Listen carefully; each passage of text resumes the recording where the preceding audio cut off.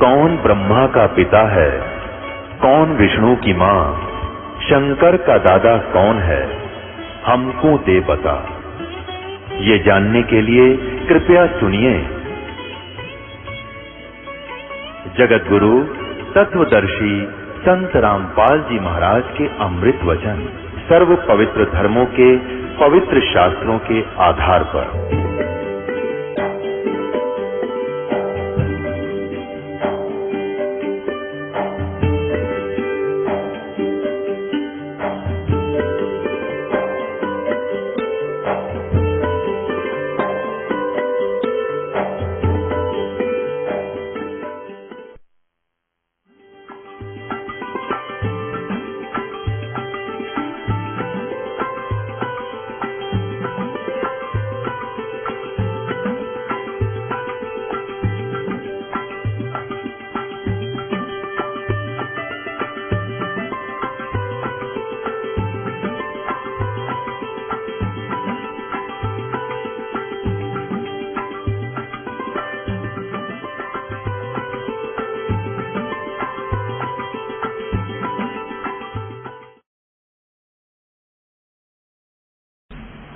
अब नानक जी को लेकर के वो सेवक यानी दास भगवानों का, और वहां पहुंचा जहां परमात्मा कपड़ा बुन रहे थे, अपने कुटिया में बैठे थे अपनी झोंपड़ी के सामने।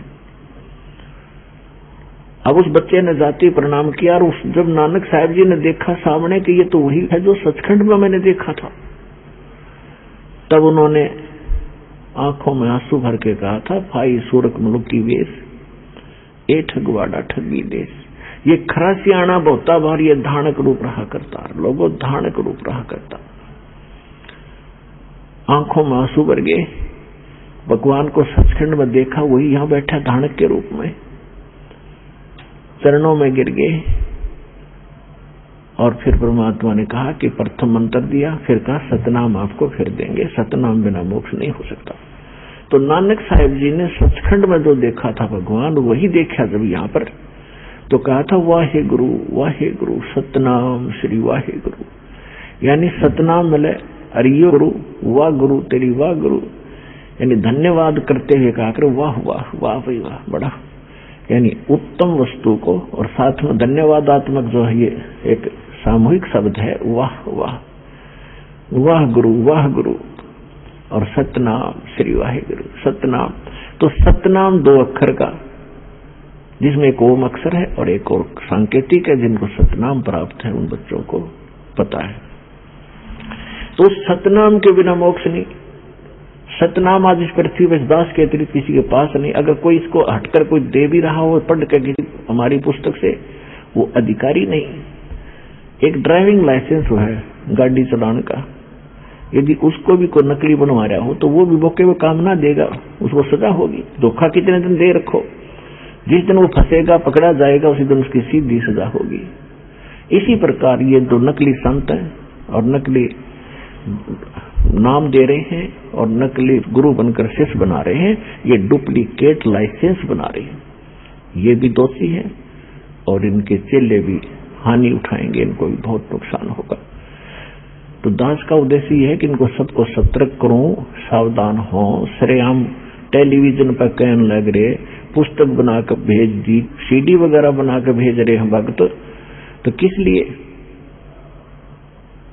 तो क्यों नहीं कोई सामने आ रहा? कोई तो कह रामपाल झूठ बोला है, और झूठ जो तो कोई कह दे झूठ बोला, सिद्ध करो एक बात को, झूठ सिद्ध कर दो, एक तो सिद्ध कर दो आप। तो पुण्यात्मा तुम्हारा सौभाग्य है कि आपको सहज में भगवान मिल गया, चाहे कोई दुखमय आया है, चाहे कोई जिज्ञासु बनकर आया है, ये सब परमात्मा की रजा है। भक्ति मुक्ति के दाता सतगुरु भटकत प्राण फिरंदा, उस साहिब के हुक्म बिना नी तरवर पाथे लंदा। उस परमात्मा की दया से ही आप यहाँ पर उपस्थित हुए। अब प्रसंग चल रहा है कि सिद्ध हो गया कि कबीर इज गॉड। ये कबीर परमात्मा है। कौन कबीर? जो काशी में धानक रूप में 120 वर्ष रही थी। अब वो परमात्मा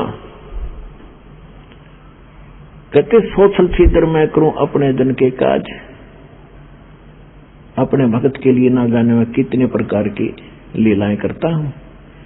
कभी कोई रूप बना लेता हूँ, कभी कुछ रूप में बैठ जाता हूँ, कभी किसी रूप में, यानी उनको सत मार्ग बताने के लिए ही मैं प्रयत्नशील रहता हूँ। गोता मारू स्वर्ग में जा बैठूं पाताले, कह कबीर ढूंढता फिरूं अपने हीरे मोती लाले। आप परमात्मा के हीरे मोती और लाल हो। जिनके लिए परमात्मा भटक रहे हैं वो कहते हैं कि गोता मारो स्वर्ग में, स्वर्ग में गए वहां ब्रह्मा विष्णु महेश से मिले, ये भी उसी की आत्मा है। हम बैरागी ब्रह्म पद सन्यासी महादेव, सो हम मंत्र दिया शिव जी को वो करे हमारी सेवे। अब कबीर साहब कह रहे हैं कि मैं भगवान शंकर के पास गया था, तुम्हारे भगवान शंकर के पास, उनको यो ज्ञान बताया था, सृष्टि रचना की जानकारी दी थी, वो प्रभावित हुए थे, उन्हें मुझे गुरु बनाया था, उनको मैंने सोहम नाम दिया था।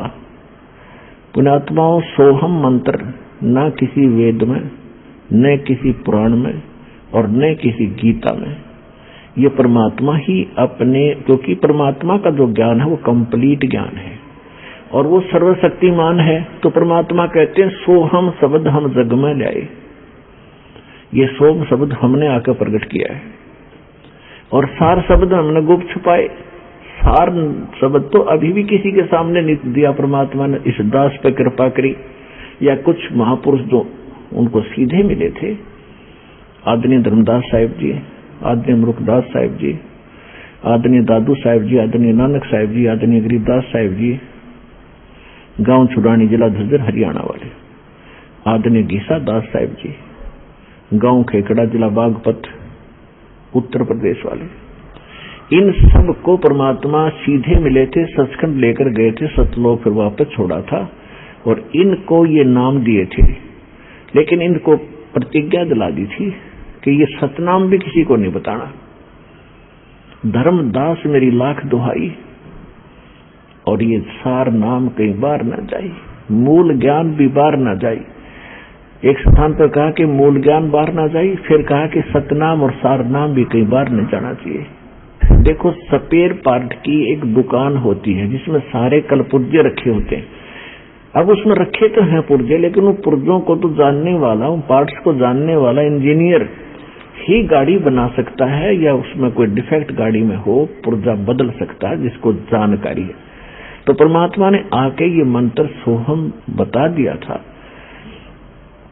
लेकिन इसको नाम देने का अधिकार या तो परमात्मा को था, उसके बाद सभी संतों को बना कर दिया था कि सतनाम नहीं देना। इसका प्रत्यक्ष प्रमाण है कि पूरा सिख समाज इस सतनाम से अपरिचित है, जो 2 अक्षर का है। तो इससे भी सिद्ध है कि नानक साहिब जी को भी सख्त मना किया गया था कि सतनाम भी नहीं देना किसी को। अब इस दास पर रजा करी है परमात्मा ने कि पूरे विश्व को सतनाम दिया जाएगा, जो शरण में आवेगा, मर्यादा में रहेगा, सकल सृष्टि प्रवानिक हुई। परमात्मा ने कहा कि पूरा विश्व नाम लेगा और सतनाम का घर घर उच्चारण होगा, जाप किया करेंगे। ये इसलिए छुपा के रखा था, परमात्मा ने कहा था अपनी प्यारी आत्माओं को, सभी को समझा दिया था कि यदि आप इसको डिस्क्लोज कर दोगे सतनाम को, 2 अक्षर के को, तो आने वाले समय में ये काल अपने दूत भेजेगा। ये जितने राधा स्वामी, दर्दन सतगुरु, सच्चा सौदा, सरसार, जगमाल वाली, सरसा वाली, ये जितने सुधांशु जी हैं, गासाराम, ये जितने बड़े, अब ये सारे काल प्रेरित हैं। इनको ज्ञान नहीं किसी वस्तु का, न इनको भगवान का पता, न उनके विधि विधान का पता।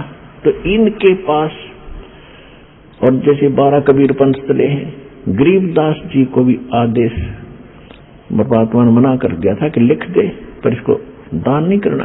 पूरे गरीबदास पंथ में ये 2 नाम का अक्षर नहीं था, केवल गरीबदास जी को एक विशेष हिदायत दी गई थी। परमात्मा संग रहते हैं पल पल में। उन्होंने हमारी एक पीढ़ी को लगातार एक ही व्यक्ति को आदेश दिया ये नाम देने का, और वो केवल अपने एक उत्तराधिकारी बनाकर जाता रहा, उसको ही देते रहे, अन्य को नहीं दिया। तो तो जिस कारण से यह जोत वहां से जला हुआ कनेक्शन जुड़ा हुआ इस दास तक पहुंचा। मेरे पूज्य गुरुदेव जी ने ये मंत्र सार नाम किसी को नहीं दिया, सिर्फ मुझे कहा और मेरे को आगे दान करने का और खुल्लम खुला आदेश दे दिया कि अब तुम दान करिए, तुझे फिर से कोई आदेश होगा परमात्मा का। 1997 में परमात्मा स्वयं आकर के इस दास रजा करी कि अब इस सार नाम भी प्रत्यक्ष करते बेशक और सतनाम भी खुल्लम खुला दे दे। अब समय आ गया।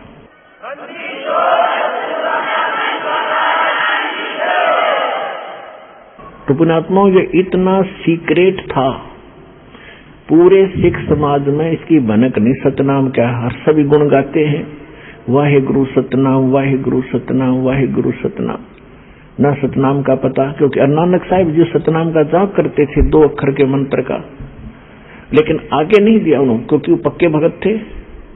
उनको मालूम था कि बहुत बड़ी हानि हो जाएगी जब काल के दूतों का यथार्थ ज्ञान और यथार्थ भक्ति मंत्र हाथ लग गया था। जिस कारण से आज दास आपको भिन्नता बता रहा है, सारा ज्ञान समझा रहा है, प्रमाण दिखा रहा है, और अन्य संत तो क्या मंत्र देते हैं वो भी बता रहा है, और यहाँ आने वाले भक्त भी बताते हैं कि उन्होंने ये मंत्र हमें दान किए, जो किसी भी संत या किसी ग्रंथ में प्रमाणित नहीं है। उनको कहते हैं मनमाना आचरण, शास्त्र विधि त्याग कर अपनी मर्जी से की जाने वाली साधनाएं व्यर्थ होती हैं, वो फिजूल की होती हैं, जिस कारण से उनको लाभ नहीं हो रहा। अब जो प्रसंग चल रहा है हम उसी पर आते हैं। अब स्वामी रामानंद जी परमात्मा की प्रत्येक बात को हृदय में तो महसूस कर रहे हैं कि बोल तो सारी साची रही। तो परमेश्वर ने कहा कि आप साधना क्या करते हो, इष्ट यानी विष्णु जी की उपासना में आप क्या क्या साधना करते हो। स्वामी रामानंद जी ने बताया कि ओम नमो भगवते वासुदेवाय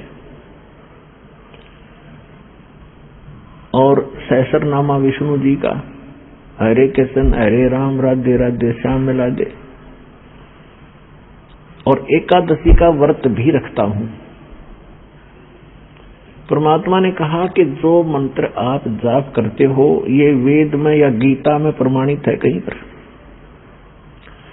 गीता जो है श्रीमद् भगवत गीता 4 वेदों का निष्कर्ष है। वेदों में और गीता जो वेद और गीता जो है गॉड गिवन स्पिरिचुअल नॉलेज है, परमात्मा का दिया हुआ अध्यात्म ज्ञान है। और पुराण महाभारत आदि जो सुख सागर हैं ये किसी ऋषि और ब्रह्मा जी का ज्ञान आगे ऋषियों को प्राप्त हुआ।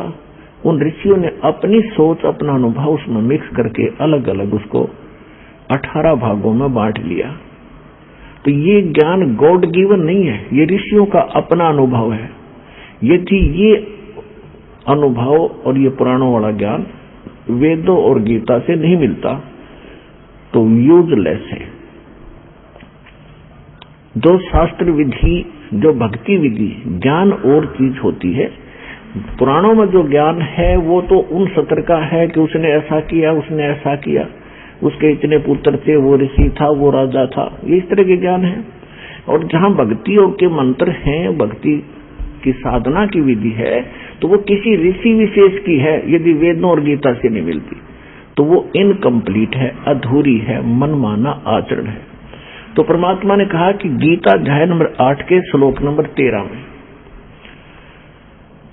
एक मंत्र है, ओम इति एकाक्षरम ब्रह्म व्यवहारण माम अनुसमरण ये परियाति तजन देहम सयाति परमाम गति।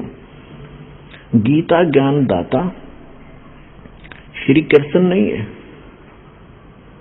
श्री कृष्ण के अंदर वो ब्रह्म बोल रहा है, ब्रह्म। अब ब्रह्म कौन है? क्योंकि पुण्यात्मा आप तो एक सीधे से बालक हो, स्टूडेंट हो, और जिन टीचरों के पास आप पढ़ कर आए हो उनको कैसे का नहीं पता था, सिर पैर नहीं बता रखा भक्ति का। गीता अध्याय नंबर 15 के श्लोक नंबर 1 में बताया है कि उल्टा लटका हुआ संसार रूपी वृक्ष जानो, जिसकी ऊपर को जड़ है वो तो परम अक्षर ब्रह्म है, परम देव पुरुष है। जो सबके आधार हैं, सबके पालन करता, क्योंकि पूरे वृक्ष को जड़ से ही, मूल से आहार प्राप्त होता है, उसकी खुराक मिलती है, जिससे वो प्रफुल्लित होता है। तो ऊपर को जड़ है वो तो पूर्ण परमात्मा है, और नीचे को शाखा है। और जो संत इस उल्टे लटके हुए संसार रूपी वृक्ष के सभी विभाग बता देता है, स वेदविद। तो ये 600 वर्ष पहले परमात्मा ने स्वयं ये लीला की थी, एक सतगुरु की, एक तत्वदर्शी संत की। उन्होंने 600 वर्ष पहले कहा था अक्षर पुरुष एक पेड़ है, सरपुरुष वाकी डार। सरपुरुष कहते हैं ज्योत निरंजन काल को, ब्रह्म को। अक्षर पुरुष कहो या अक्षर ब्रह्म कहो, सरपुरुष कहो, सर ब्रह्म कहो, तो अक्षर पुरुष एक पेड़ है, सरपुरुष यानी ज्योत निरंजन वाकी डार, और तीनों देवा, रजगुण ब्रह्मा, सतगुण विष्णु, तमगुण शिव जी, तीनों देवा शाखा है, और फिर पात रूप संसार। अब मूल कौन है, वो जड़ कौन है? अब परमात्मा यहाँ ऑप्शन छोड़ गए। वैसे तो उन्होंने जगह जगह कहा कि हम ही अलखला हैं, कुतुब गोस और पीर, गरीबदास खालिक धनी हमारा नाम कबीर, लेकिन यहाँ इस दास के लिए छोड़ दिया बताने के लिए कि जड़ कौन है, वो परम अक्षर ब्रह्म है। उसका प्रमाण कहाँ है? गीता अध्याय नंबर 15 के श्लोक नंबर 16 और 17 में 3 पुरुष हैं, 16 में 2 पुरुष। गीता अध्याय नंबर 15 के श्लोक नंबर 16 में 2 पुरुष है, सरपुरुष और अक्षर पुरुष। और ये दोनों नासवान, और इनके अंतर्गत जितने प्राणी आते हैं वो सारे नासवान। जीवात्मा तो किसी की भी नहीं मरती, हो तो विषय अलग है। तो सरपुरुष कौन है, अक्षर पुरुष कौन है? सरपुरुष ये ज्योत स्वरूपी निरंजन ब्रह्म है, जो ब्रह्मा विष्णु महेश का पिता है, दुर्गा का पति है। सरपुरुष की जो है केवल 21 ब्रह्मांड है, 21। और इसके बाद जो अक्षर पुरुष है, सरपुरुष के यानी ब्रह्म के 21 ब्रह्मांड है, और अक्षर पुरुष जो है उसके 7 शंख ब्रह्मांड है। नील पद्म शंख, 7 शंख ब्रह्मांड का स्वामी है। इसको पर ब्रह्म भी कहते हैं। एक तो ये ज्योति निरंजन भी ब्रह्म कहलाता है, और फिर इससे नेक्स्ट ब्रह्म, दूसरा ब्रह्म यानी पर ब्रह्म। तो ये 2 तो स्पष्ट कर दिए गीता अध्याय नंबर 15 के श्लोक नंबर 16 में। अब गीता अध्याय नंबर 15 के श्लोक नंबर 17 में कहा कि उत्तम पुरुष तु अन्य परमात्मा इति उदाहरते है, ये लोकत्रयम् आविश्य विवर्ती अवैश्वर है। उत्तम पुरुष यानी श्रेष्ठ परमात्मा, पुरुषोत्तम, वो पुरुषोत्तम तो कोई और है, सरपुरुष और अक्षर पुरुष से हटकर है, और उसी को परमात्मा कहा जाता है, और जो तीनों लोकों में प्रवेश करके सबका धारण पोषण करता है, वो है अविनाशी परमात्मा। अब वो तीसरे नंबर का परमात्मा उत्तम पुरुष पुरुषोत्तम कौन है, वो स्पष्ट करने के लिए थोड़ा सा और आपको पीछे से लाएंगे। गीता अध्याय नंबर 4 के श्लोक नंबर 34 में कहा है कि अर्जुन, यदि तूने पूर्ण परमात्मा के पाने की और भक्ति मार्ग को यथार्थ ढंग से जानना है तो तत्वदर्शी संतों के पास जा, वो तत्व ज्ञान रखते हैं। गीता अध्याय नंबर 4 के श्लोक नंबर 32 में कहा कि वो ज्ञान जो है यज्ञों की कंप्लीट यानी संपूर्ण जानकारी, यज्ञ माने धार्मिक अनुष्ठानों की पूर्ण रूप से जानकारी परमात्मा स्वयं अपने मुख कमल से आकर बोलता है, वो तत्व ज्ञान है, उसको सूक्ष्म वेद कहते हैं। यहाँ अनुवादकर्ताओं ने गीता अध्याय नंबर 4 के श्लोक नंबर 32 में अनुवादकर्ताओं ने जहां इनकी बुद्धि सलप करगी, फेल होगी, इन्होंने उल्टे अर्थ कर दिए। यहाँ ब्रह्मणे मुखे शब्द है, चौथे अध्याय के 32वें श्लोक में ब्रह्मणे मुखे मूल पाठ में, इन्होंने ब्रह्मणे का अर्थ यहाँ कर दिया वेद की वाणी में। और गीता अध्याय नंबर 17 के श्लोक नंबर 23 में ये ब्रह्मणे शब्द है, ओम तत्सत इति निर्देश ब्रह्मणे त्रिविध समर्थ है। उसमें लिखा है कि ब्रह्मणे माने सच्चिदानंद घन ब्रह्म यानी पूर्ण परमात्मा के पाने के लिए 3 मंत्र के जाप का निर्देश है, ओम तत्सत। ये 3 पुरुष हैं, 3 भगवान हैं, 3 ब्रह्म हैं, एक सरपुरुष, कहो, इसको सरब्रह्म कहो। दूसरा अक्षर पुरुष कहो, इसको अक्षर ब्रह्म कहो। और तीसरा, अब तीसरे को क्लियर करने दास जा रहा है। तो यहाँ 3 मंत्र हैं, ओम तत् सत। ओम तो ब्रह्म का, और तत् ये परब्रह्म का, अक्षर पुरुष का, और सत्य है ये तीसरे परमात्मा का, जो उत्तम पुरुषत्वन्य उस परमात्मा का मंत्र है। ये कोड वर्ड है। तत् और सत्य ये सांकेतिक है, ओम सीधा डिक्लेयर है, तो पहले से सार्वजनिक है। तो 3 पुरुष हैं गीता अध्याय नंबर 17 के श्लोक नंबर 23 में, उनके 3 मंत्र हैं, तीनों के जाप है। उससे कंप्लीट कोरस बनता है मोक्ष का। अब गीता अध्याय नंबर 4 के श्लोक नंबर 32 और 34 का सारांश है। गीता ज्ञानदाता कहता है कि वो परमात्मा स्वयं अपने मुख कमल से यहाँ आकर अपने मुख कमल से जो ज्ञान देता है वो कंप्लीट स्पिरिचुअल नॉलेज है, वो पूर्ण अध्यात्म ज्ञान है। और उसके अंदर यज्ञों की यानी धार्मिक अनुष्ठानों की जानकारी विस्तार से कही गई है। वो तत्व ज्ञान है जो भगवान स्वयं आकर बोलता है। वो ज्ञान अब तुझे तत्वदर्शी संतों के पास मिलेगा। चौथे अध्याय के 34वें श्लोक में कहा कि उनसे पूछ ले। तो कहता मैं भी इससे परिचित नहीं हूं। अब 7वें अध्याय के 29वें श्लोक में गीता ज्ञानदाता कहता है कि अर्जुन, जो मेरे इस ज्ञान को आश्रय कर लेगा, तत्वदर्शी संत खोज लेता है, उसको तत्वदर्शी संत मिल जाते हैं जो पूर्ण परमात्मा की यथार्थ भक्ति और ज्ञान जानते हैं। उसके पश्चात उनकी क्या स्थिति होती है कि जरा मरण मोक्षाय यतन्ति ते, जरा मरण मोक्षाय यतन्ति ये ते ब्रह्म तत्विदु कर्षणम अध्यात्म कर्म च अखिलम। जो केवल जरा और मरण से छूटने के लिए, यानी जरा माने वृद्धावस्था का कष्ट, बुढ़ापे का दुख और मृत्यु के कष्ट से जो छूटने का प्रयत्न कर रहे हैं और इस संसार की किसी वस्तु की इच्छा नहीं रखते, उन्होंने इस संसार को असार जान लिया है, तो वो उस तत्वब्रह्म से परिचित हैं और सारे अध्यात्म ज्ञान से परिचित हैं और सभी कर्मों से परिचित हैं। वो व्यक्ति जो केवल इस संसार के संसारिक सुखों में, राजपाट के चक्कर में ना पड़ के केवल मोक्ष प्राप्ति, बुढ़ापे का दुख और मृत्यु के दुख से जो छूटने का प्रयत्न कर रहे हैं, वो उस परमात्मा तत्वब्रह्म से परिचित हैं। अब 8वें अध्याय के प्रथम मंत्र में अर्जुन ने पूछा, तो किम तत्ब्रह्म किम अध्यात्म किम कर्म पुरुषोत्तम। अब कृष्ण जी को पुरुषोत्तम मान रहा था अर्जुन, जैसे हम श्री कृष्ण और विष्णु जी को सुप्रीम पावर मान रहे थे। इसी बुद्धि का सत्र अर्जुन का था, यही पाठ वो पढ़ रहा था। तो उस समय गीता ज्ञानदाता कहता है, श्री कृष्ण में बोल रहा है, ये काल भगवान ब्रह्म ये कह रहा है 8वें अध्याय के 3रे मंत्र में उत्तर दिया अर्जुन के प्रथम मंत्र का प्रश्न का, कि वो परम अक्षर ब्रह्म है। कौन है वो परम अक्षर ब्रह्म? जिसके जानने के बाद उस तत्वदर्शी संत की प्राप्ति के उपरांत जो उसको समझ जाते हैं, वो केवल यहाँ के संसारिक सुखों के अतिरिक्त से हटकर केवल मोक्ष की ही कामना करते हैं, वो परम अक्षर ब्रह्म है।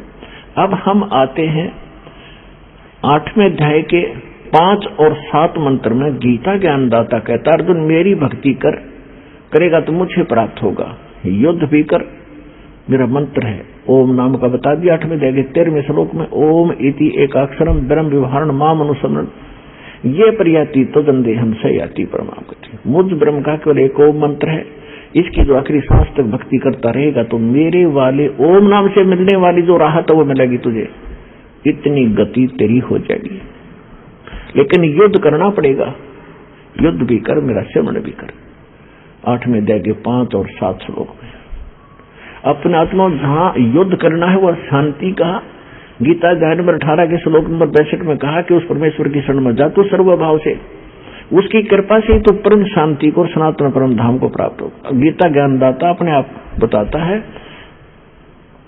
2रे अध्याय के 12वें श्लोक में, 4थे अध्याय के 5 और 9 श्लोक में, 10वें अध्याय के 2रे श्लोक में, अर्जुन तेरे और मेरे बहुत जन्म हो लिए, तू नहीं जानता मैं जानता।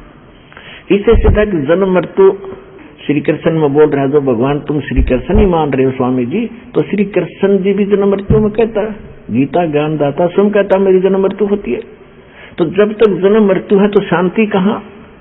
गीता अध्याय नंबर 15 के श्लोक नंबर 4 में कहा कि तत्वदर्शी संत की प्राप्ति के उपरांत परमेश्वर के उस परम पद की खोज करनी चाहिए, जहां जाने के बाद साधक फिर लौटकर कभी संसार में नहीं आते, उनकी कभी जन्म मृत्यु नहीं होती, और केवल उस परमात्मा की भक्ति करो और सब त्याग दो जिसने सब ब्रह्मांडों की रचना की है। अब गीता ज्ञानदाता तो कह रहा स्वामी जी कि किसी और परमात्मा है, उसकी साधना करने से जन्म मृत्यु कभी नहीं होती, और आप स्वयं स्वीकार कर रहे हो कि मैं स्वर्ग जाऊंगा, फिर पता नहीं कहां जन्म होगा। तो ये खाक साधना है। फिर क्या समझा आपने सदग्रंथों को, क्या समझा आपने श्रीमद् भगवत गीता को? अब 5 वर्ष का बालक ऐसा मुंह तोड़ जवाब दे रहा है 104 साल के ब्राह्मण को। अहंकार अभिमान इस जीव का सबसे बड़ा दुश्मन है। लेकिन साधु संत भक्त से कहीं भी जन्मे हो, चाहे वो राजा हो या रंक, उनमें तड़फ न्यारी होती है।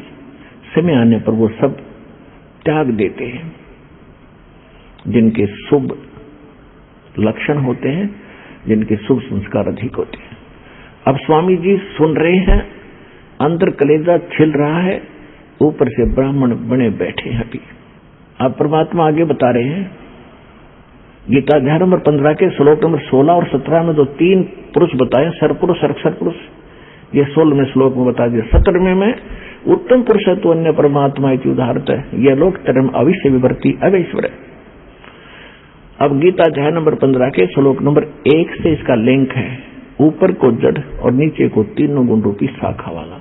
ये उल्टा लटका हुआ संसार रूपी वृक्ष है, जिसकी ऊपर को जड़ है वो तो पूर्ण परमात्मा है, और नीचे को 3 गुण रजगुण ब्रह्मा सदगुण विष्णु तमोगुण शिव जी रूपी शाखा है।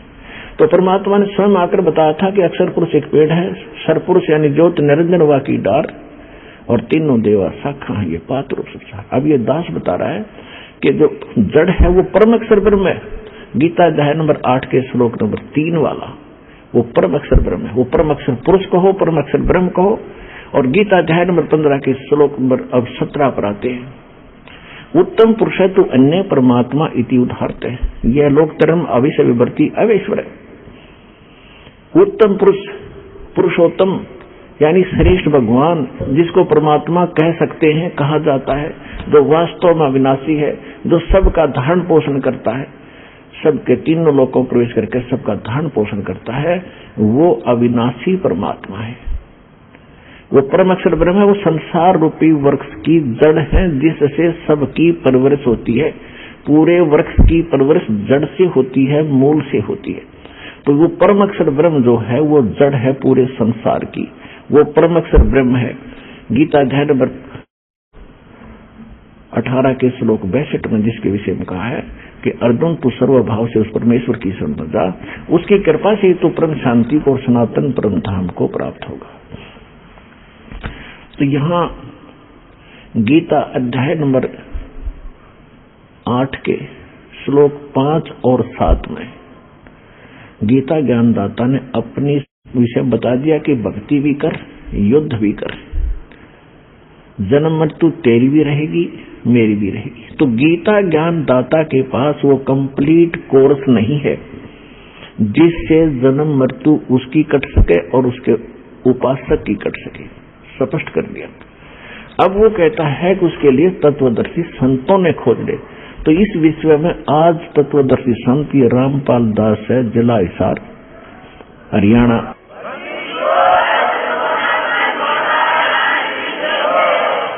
अब किसी का भ्रम ना रहना चाहिए। देखो, एक 1000 का नोट है, उस पर लिखा है कि मैं धारक को 1000 रुपये देने का वायदा करता हूं।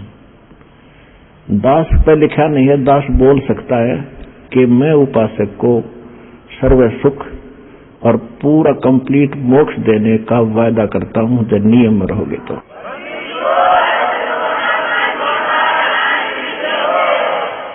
तो पुण्यात्माओं, बिना बताए पता कैसे चले? स्वयं परमात्मा थे 120 वर्ष रह के चले गए, हम लाल की पहचान करना जानते नहीं, इस कारण से मार खाते रहे।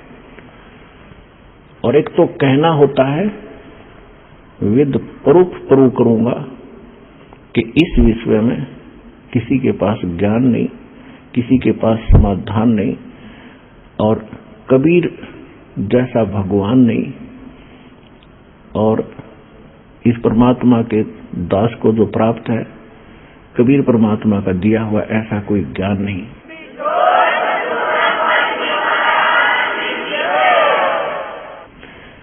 अब जो प्रसंग चल रहा है कि गीता ज्ञान दाता भी जन्म मृत्यु में, उसका उपासक भी जन्म मृत्यु में, इसलिए गीता अध्याय नंबर 7 के श्लोक नंबर 12 से लेकर 15 में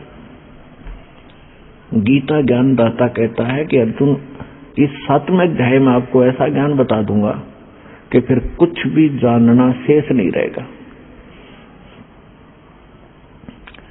इसमें क्या बताया है कि तीनों गुणों से जो हो रहा है, रजगुण ब्रह्मा से, सतगुण विष्णु से, तमगुण शिव जी से। रजगुण ब्रह्मा से उत्पत्ति, सतगुण विष्णु जी से सचिथी, और तमगुण शंकर जी से संहार दोहरा। इसका नियमित कारण मैं ही हूं। प्रसंग थोड़ा सा रह गया बीच में। गीता अध्याय नंबर 8 के श्लोक नंबर 5 और 7 में गीता ज्ञानदाता ने अपनी साधना बता दी और अपनी परिस्थिति बता दी सारी, कि मुझे प्राप्त होगा, ओम नाम का जाप करेगा, युद्ध तो करना पड़ेगा। फिर 8वें अध्याय के 8, 9, 10 श्लोक में कहा है कि अर्जुन जो उस परम अक्षर ब्रह्म की भक्ति करते हैं, उस परम दिव्य पुरुष परमात्मा परम अक्षर ब्रह्म सच्चिदानंद घन ब्रह्म की जो भक्ति करते हैं, जो उत्तम पुरुषत्व है, उसकी भक्ति जो करते हैं, वो भक्ति की कमाई के बल से, भक्ति की शक्ति से, योग बल से, योग माने भक्ति साधना। योग का अर्थ ये नहीं है कि सिर पदम लगा कर बैठ जाए आंखें बंद करके, या ऊपर न पैर कर लिए अटपट, ये योग नहीं है। योग का अर्थ होता है जोड़, तो आत्मा का परमात्मा से मिलन करना, ये भक्ति क्रम कहलाता है। तो योग माने भक्ति भी होती है कि भक्ति योग के बल से, साधना के बल से, भक्ति की कमाई की शक्ति से उस परमात्मा के पास चला जाता है, और मेरी साधना करने वाला मुझे प्राप्त होता है। अब उस परमात्मा की भक्ति का उन्होंने मंत्र बता दिया 17वें अध्याय के 23वें श्लोक में, सांकेतिक। ओम तत् सत इति निर्देश ब्रह्मण तिर्विद समर्थ है, यानी सच्चिदानंद घन ब्रह्म के पाने का 3 मंत्र का जाप है, नथिंग एल्स, इसके अतिरिक्त कुछ नहीं। ओम ब्रह्म का, सरपुरुष का। अब फिर आइए गीता अध्याय नंबर 15 के श्लोक नंबर 16 और 17।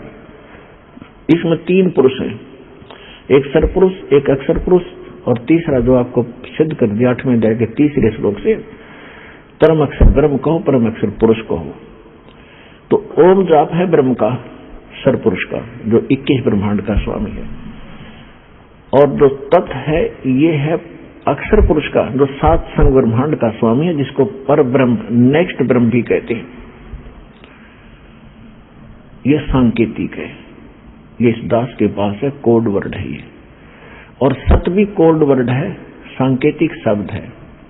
ये है परम अक्षर ब्रह्म के मंत्र जाप करने का। इसको सार शब्द भी कहते हैं, इसको सार नाम भी कहते हैं, इसको सार शब्द कहते हैं, आदि नाम कहते हैं, इसको विधे नाम भी कहते हैं। वो मंत्र हटके है, ये सत नहीं है, ये कोड वर्ड है। तो इस प्रकार वो तीसरा जो मंत्र है वो सार नाम है, उसको आदि नाम, आदि विधे नाम और सार शब्द भी कहते हैं। तो अब जो 3 मंत्र का जो जाप है उस परमात्मा के पाने का, अब ओम तो ब्रह्म का सबको पता है, गीता ज्ञानदाता ब्रह्म है, श्री कृष्ण जी में बोल रहा है। वो खुद कहता 8वें अध्याय के 13वें श्लोक में कि ओम इति एकाक्षरम ब्रह्म व्यवहारण माम अनुसमरण। माम माने मुझ, ब्रह्म माने ब्रह्म का, मुझ ब्रह्म का, यह एक ओम मंत्र है और कुछ नहीं, बस इति, यही। और अंतिम सांस तक जो इसका जाप करता हुआ शरीर त्याग कर जाता है तो ओम से मिलने वाली परम गति को प्राप्त होता है। ओम की परम गति क्या है, ओम से क्या उपलब्धि होगी, ब्रह्म लोक में जागा, ब्रह्मलोक में। श्रीमद देवी भागवत 7वां स्कंद 562 और 63 पृष्ठ पे स्वयं देवी जी कह रही है, हिमालय राजा को ज्ञानोपदेश कर रही है और ब्रह्म का स्वरूप बता रही है कि उस ब्रह्म का ओम नाम है, ओम नाम का जाप कर हृदय से उसको पाने का उद्देश्य रख और फिर वहां चला जाएगा, ब्रह्मलोक को प्राप्त होगा। उस ब्रह्म को प्राप्त होगा, वो ब्रह्मलोक रूपी दिव्य आकाश में रहता है। यानी ब्रह्म का साधक, ओम नाम का जाप करने वाला ब्रह्मलोक में जागा। वो ब्रह्म की साधना करा, सरपुरुष की, 21 ब्रह्मांड के स्वामी की, काल की साधना करा है। गीता अध्याय नंबर 8 के श्लोक नंबर 16 में कहा है कि ब्रह्मलोक में गए हुए प्राणी भी पुनरावृत्ति में उनकी जन्म मृत्यु सदा बनी रहेगी। वो ये स्पष्ट कर ही चुका है कि अर्जुन तेरे और मेरे बहुत जन्म हो चुके, तू नहीं जानता, मैं जानता हूं। अपन आत्माओं अब आमवर दोगे, हम पढ़ने लगे जब हमारी एज के तकरीबन शिक्षित हैं, और नहीं तो आजकल अक्षर ज्ञान वैसे भी करा दिया बुड्ढों को सरकार ने प्रौढ़ शिक्षा के माध्यम से, और आज 90% बल्कि 95% बच्चे इंटेलिजेंट हो चुके हैं। अब दास आपको ये सदग्रंथ पढ़ा रहा है, आप समझने योग्य बनाए भगवान ने पहले, और फिर ये ऐसे इंस्ट्रूमेंट दिए, टीवी चैनल परमात्मा ने बनवाए, इंटरनेट बनवाया, प्रोजेक्टर बनवाए, और ये इलेक्ट्रॉनिक मीडिया मालिक ने दिया। अभी तक तो ये मीडिया वाले इसका दुरुपयोग कर रहे हैं भगवान की दी हुई वस्तु का। ये सारा दिन अटपट दिखावे, गंदी फिल्म दिखावे, झूठी साची खबर फैलावे, और जब इनकी बुद्धि ठिकाना आवेगी, जब इनको झटके देगा मालिक, तो जनता जागेगी। सुबह उठते हैं बकवास दिखावे टीवी में, सामने सो जाए बकवास देखे, राम नाम का तो जिक्र नहीं। ये संसार बिगाड़ दिया, सभ्यता खराब कर दी इन्होंने। तो अब धीरे धीरे लोग उन पर प्रेशर देंगे, बकवास बंद करो और बढ़िया बात भगवान की चलाओ, बच्चों का भी भविष्य उज्जवल हो और हमें भी चैन की सांस आवे। एक तो राम नाम की कथा सुने, सुबह उठते हैं किसी टीवी चैनल पे और सुनते हैं तो अन्य नकलियों की अटपट बक बक, उस सिर न पैर उनका, ना को परमात्मा की कथा, परमात्मा की वाणी सुन ले तो हृदय में कसक होती है। ये सारा दिन अटपट करे, सैकड़ों संत, सैकड़ों चैनल बना दिए। तो जब तक आत्मा को उसका असली आहार नहीं मिलेगा, या उठ नहीं सकती, उभर नहीं सकती, और वो उभारने का तरीका परमात्मा की वो वाणी सूक्ष्म वेद वाणी इसको मिले, और वो उस वाणी का फिर बोलने वाला अधिकारी हो। आम व्यक्ति भी इस वाणी ने सुनाए जा, उसका असर नहीं हो सकता। उदाहरण के लिए जैसे एक राजा था, उसकी रानी धार्मिक थी, गुरु बना रखा था, उसने पता था गुरु बिन मोक्ष नहीं होता, पिछले संस्कार थे। राजा इस बात का विरोधी था कि गुरु बनाने की क्या आवश्यकता, भक्ति घर पे भी कर सकते हैं, गुरु से उपदेश देना क्या जरूरी है। लेकिन वो अपनी पत्नी को विवश नहीं कर सकता था, कुछ धार्मिकता उसके अंदर विशेष थी। तो उसने एक दिन अपनी पत्नी से कहा कि मैं आपके गुरुजी से 2 बात करूंगा, मेरे प्रश्न का उत्तर देगा वो। उसकी पत्नी ने कहा कि सब बच्चा से बात करिए, मेरे गुरुजी से आपको सब उत्तर देंगे। उसके साथ उनके आश्रम में चले गए अपनी पत्नी के साथ। अब राजा ने जाति प्रश्न किया कि महाराज, आप जो जनता को भ्रमित कर रहे हो कि गुरु नाम दे तभी बात बने, राम राम तक घर बैठ के भी कर ले, कोई कर ले, इसमें क्या क्या दिक्कत आती है?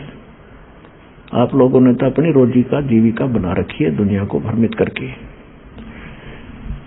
अपने आत्माओं, परमात्मा जगह जगह आते रहते हैं, अपनी प्यारी आत्माओं को समझाते रहे हैं।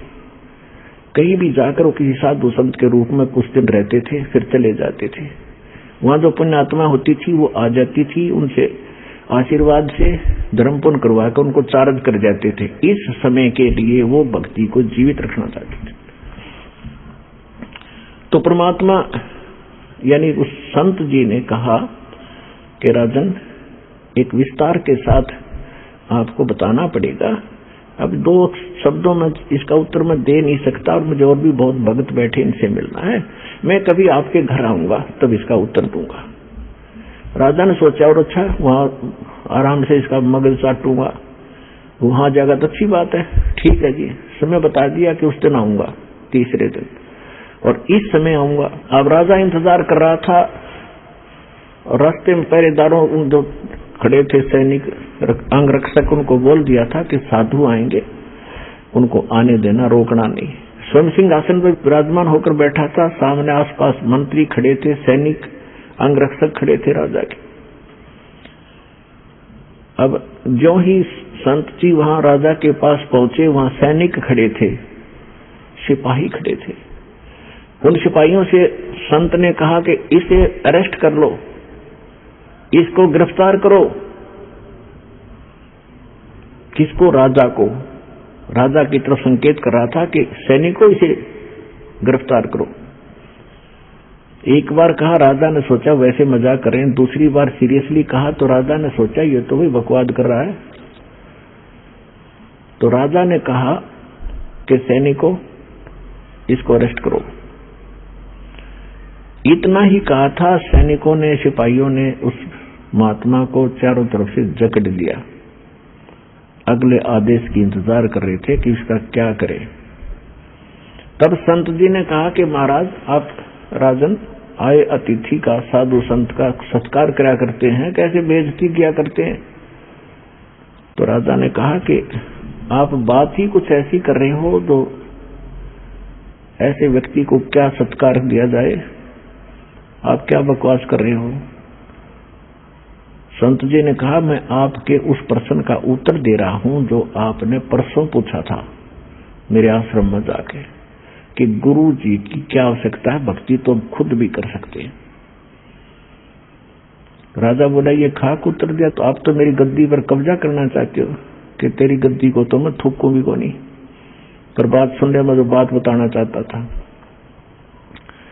कि जैसे आज आपके वर्ड में पावर है, आपके शब्द में शक्ति है, मैंने वही शब्द बोला कि इसे अरेस्ट करो, गिरफ्तार करो, ये सैनिक टस से मस नहीं हुए, और आपने वही शब्द बोले इसे गिरफ्तार करो, इन्होंने एक सेकंड की देर नहीं करी, तुरंत गति में आगे।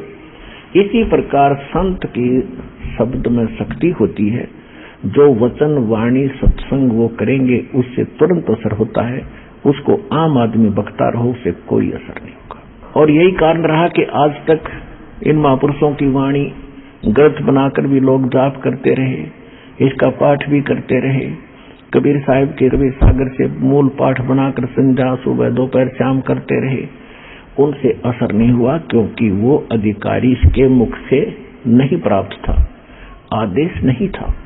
तो अब इस दास को परमात्मा ने भेजा है आपके लिए अधिकारी बनाकर, और complete in all respect course देकर, और अब आपका पूरे विश्व का कल्याण हो सकता है जब शरण में आकर भक्ति करोगे।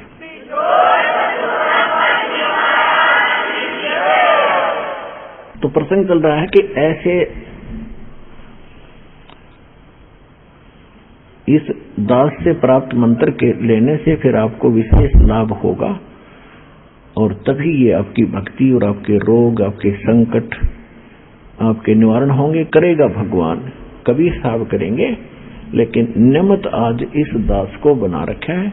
इसके अतिरिक्त कोई और नकली अपने आप कोई संत महंत बनकर ये मंत्र देने लगेगा, वो इस मानव समाज का जबरदस्त शत्रु समझ लेना।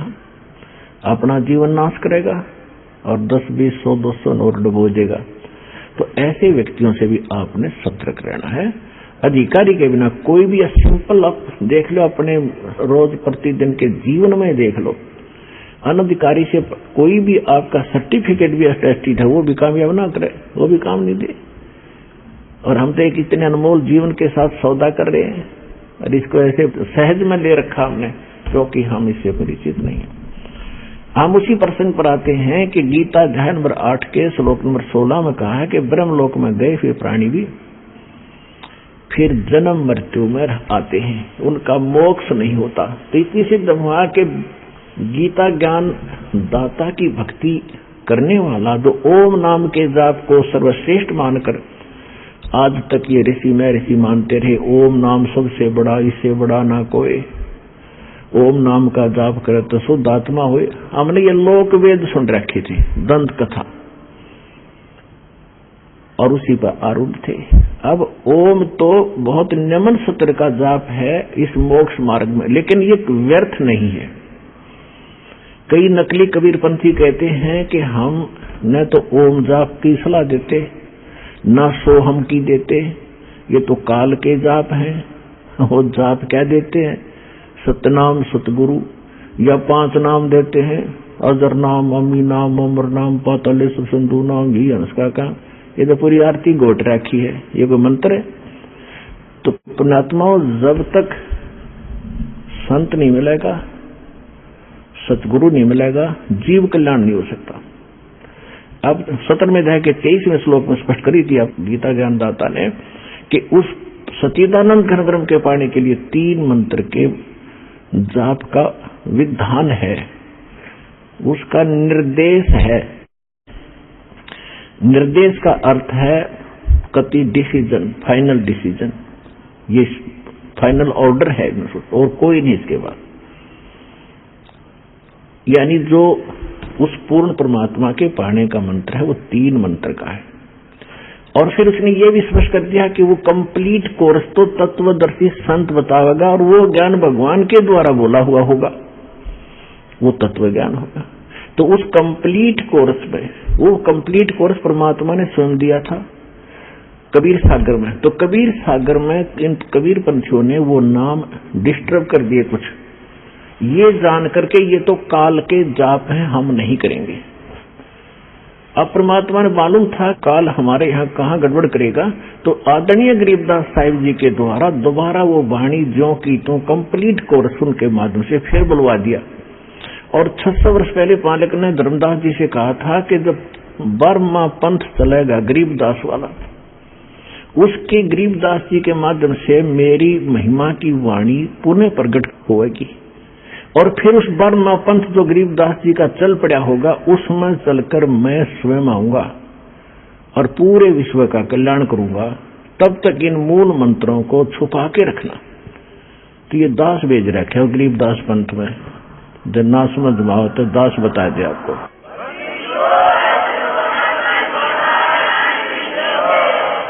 तो अब उस परमात्मा ने वो कंप्लीट कोर्स दे रखा। प्रथम आपको 7 मंत्र दिए जाते, पहले मालिक ने ये 5 नाम दिए थे।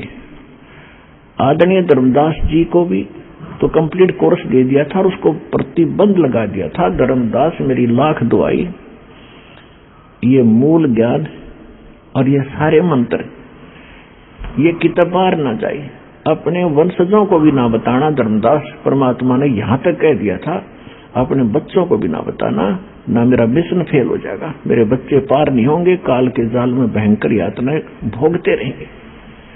जब धर्मदास जी को चिंता बनी, एक क्योंकि वृद्ध अवस्था हो गई थी, 100 से ऊपर आयु हो गई थी, तब उसने परमात्मा से कहा कि भगवान आपने प्रतिबंध लगा दिया, जो मंत्र आपने मुझे दिए हैं इसके बिना मोक्ष नहीं हो सकता, और आपने मुझे 42 पीढ़ी का वरदान दे दिया कि मेरा 42 पीढ़ी तक वंश भी चलेगा। तो परमात्मा मेरे वाले वंश के बच्चे कैसे पार होंगे? मुझे ये चिंता खाई जा रही है, ना मरा जा रहा है ना मैं जी पा रहा हूं, अब क्या करूं? परमात्मा ने देखा कि ये बात बिगाड़ेगा और वृद्ध अवस्था में दिमाग स्लिप हो जाता है, ममता घनी बढ़ा कर परिवार में। तो परमात्मा ने कहा कि धर्मदास समझ मेरी बात को सुन, देखो अभी ये मंत्र डिस्क्लोज कर दिया तो पूरे काल के दूतों का हाथ लग जाएंगे, और समय वो अभी आया नहीं है कि सारा संसार समझ सके मेरे को, और ये बात बिगड़ जाएगी।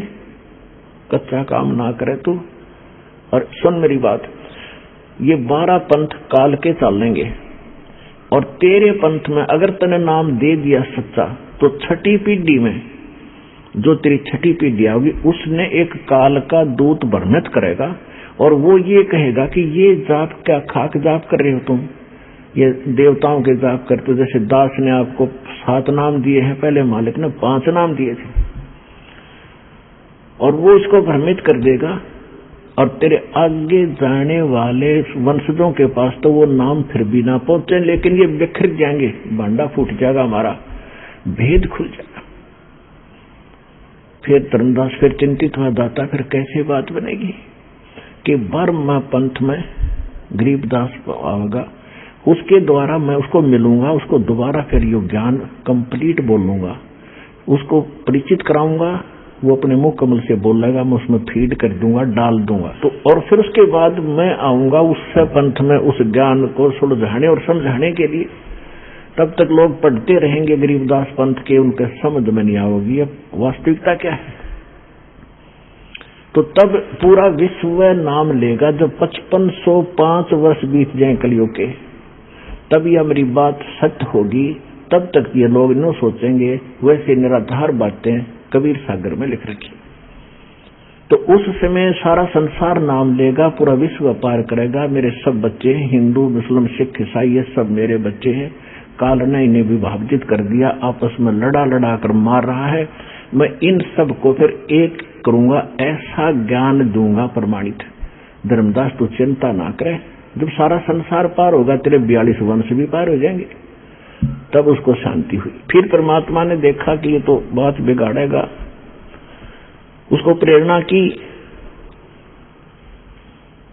धर्मदास जी को प्रेरणा की कि भगवान मुझे अपना वो स्थान दिखाओ जहां बैठकर आपने समुद्र को रोका था, जो जगन्नाथ के मंदिर जो पुरी में बना है, आपने बचाया था समुद्र से, जो 4, 5, 6 बार उसको तोड़ दिया था।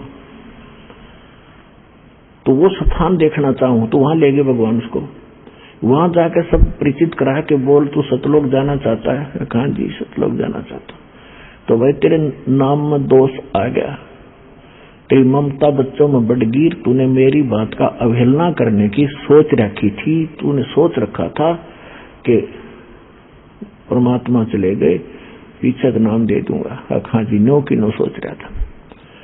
तो भाई मेरा दोषी होता, तेरे बच्चे पार नहीं होते और मेरा काम बिगड़ जाता।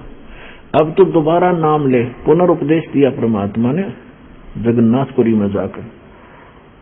वह अलग स्थान है, एक मंदिर अलग है, जहां परमात्मा ने समुद्र को रोका था एक पत्थर पर बैठ के।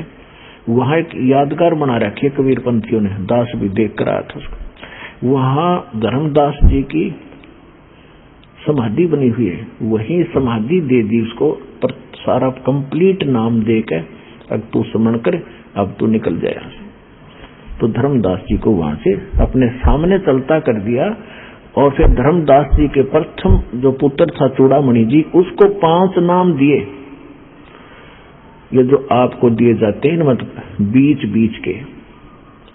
तो धर्मदास जी के पुत्र चूड़ामणि, जिसको मुक्तामणि भी कहते हैं, और उसको आदेश दिया कि बेटा तू यही मंत्र आगे अपने शिष्यों को देना, अपने वंशजों को देना, और ये मंत्र आप देते हैं। तो 6ठी पीढ़ी में जाकर एक काल के दूत ने उसको भ्रमित कर दिया कि तुम बात तो करते हो सतलोक और सचखंड की, और जाप करते हो देवी देवताओं की, तुम्हारा ज्ञान है ये।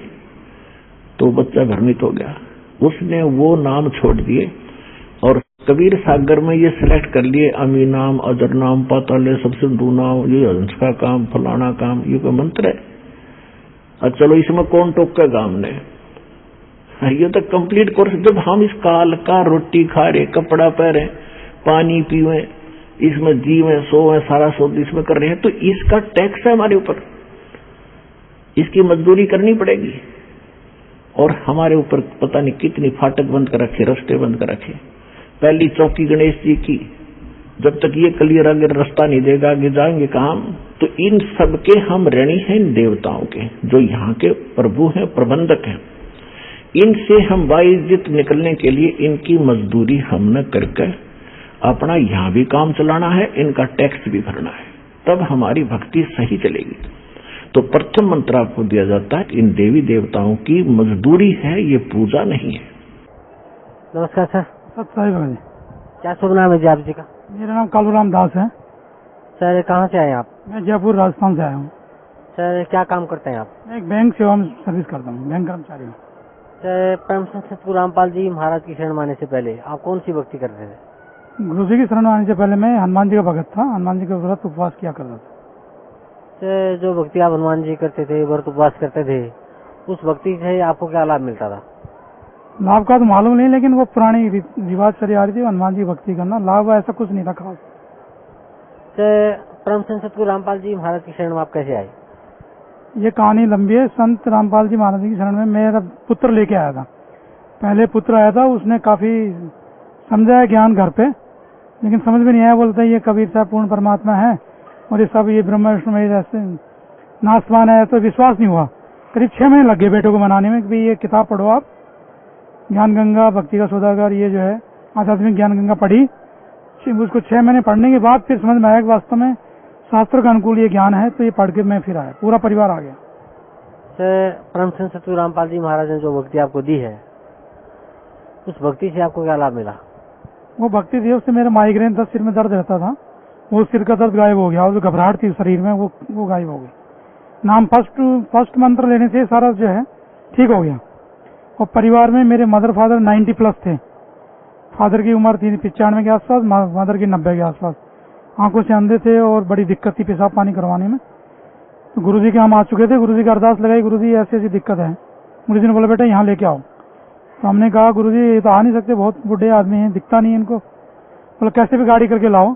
हमने गाड़ी करी इंडिका, गाड़ी में उनको बिठाया जयपुर से।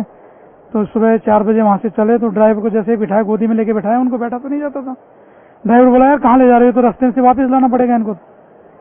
और मैं कि भाई आप नहीं समझते हो, गुरुजी के ले जा रहे हैं, पूर्ण परमात्मा आए हैं वहाँ पे और वो उनके आशीर्वाद लेने के लिए ले जा रहे हैं। तो यहाँ लेके आए, सुबह वहां से चले, शाम को आराम से व्हील चेयर पर आशीर्वाद ले लिया। शाम को 10 बजे वापस घर चले गए, अपने आप चलने लगे, पेशाब पानी अपने आप करने लगे। ये बहुत बड़ा मतलब लाभ हुआ। और मकान का काम चल रहा था मेरा ऊपर बिल्डिंग का, जीने की उसको ठेके में दे रखा था कारीगर को। हमने उसको मना कर दिया था भाई जो भी तू काम कराता है तो तेरे आदमी लगा लेना, पट्टियों को उतरवा लेना। वो पैसे बचाने के चक्कर में खुद ही उतारने लग गया पट्टी। और परमात्मा की दया से क्या हुआ कि पट्टी टूट गई। पट्टी टूटी तो 2 मंजिल के ऊपर पट्टियां थी, तो वो नीचे गिर गई। नीचे गिरते ही वो तो परमात्मा की दया थी, बच गए, मतलब किसी की चोट नहीं आई। कारीगर और बेलदार 2 और आदमी नीचे आ गए जीने में और पट्टी के 3 टुकड़े हो गए।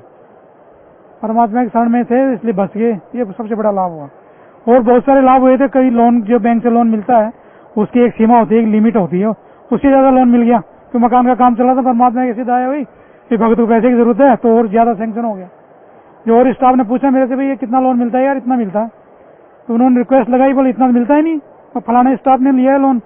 तो वहां उन्होंने बोली यार उन्होंने इतना लोन ले लिया। वो बोले यार ऐसे ये तो कैसे हो गया, तो गलती हो गया। तो आपको क्या बताएं, बहुत लाभ मिला। सर जैसे आप पहले हनुमान जी की भक्ति करते थे, उसके बाद आपके पुत्र ने परम संत सतगुरु रामपाल जी महाराज से नाम उपदेश लिया।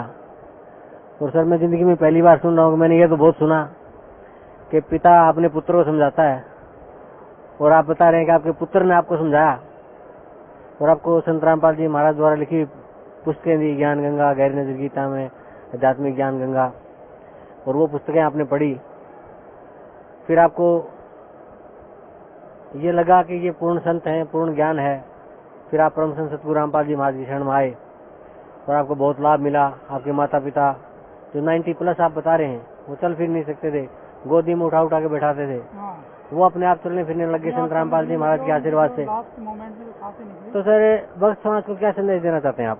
भक्त समाज को मैं ये संदेश देना चाहता हूँ, मेरी औकात तो क्या है, लेकिन मैंने को ये ज्ञान मिला है, मैंने देखा, आंखों से सुना है, मेरे को फायदा हुआ है, तो मैं झूठ नहीं बोल रहा हूँ इस चीज को। तो भक्त समाज से मेरा ये निवेदन है, किसी को किसी टाइप की बीमारी हो, किसी टाइप की भी तकलीफ हो, पूर्ण परमात्मा बरवाला में आए हैं संत रामपाल जी महाराज, इनके शरण में आए, इनसे नाम उपदेश लेके अपना उद्धार करवाएं। Thank you sir, thank you so much.